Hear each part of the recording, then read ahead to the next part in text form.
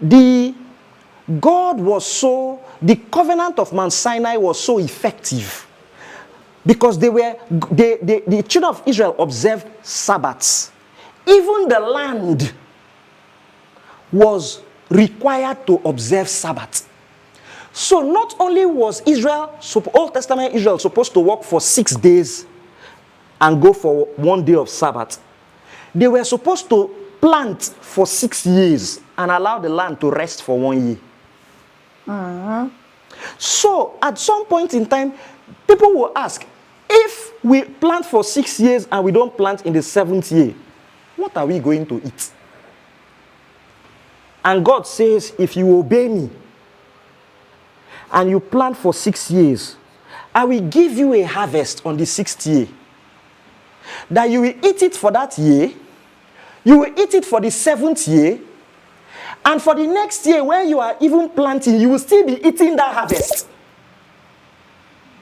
Until you plant, and what you plant brings forth fruit. God says, I'm going to give you such a harvest that you will eat it so that you will not need to plant for the 7th year. But did Israel obey? Israel did not.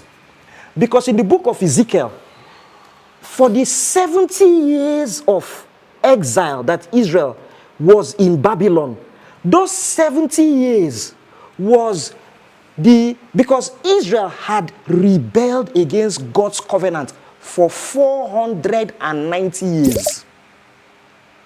Wow. Those 70 years of exile in Babylon was for the land to have the Sabbath that they didn't allow the land to rest. The Sabbath that they refused to allow the land to rest. The land rested when they were in captivity. So this is the power and implication of the Mount Sinai covenant, which doesn't apply to you and I. Because where is your promised land? So basically we are Gentiles. We are Gentile Christians under the Abrahamic covenant through faith in the Lord Jesus.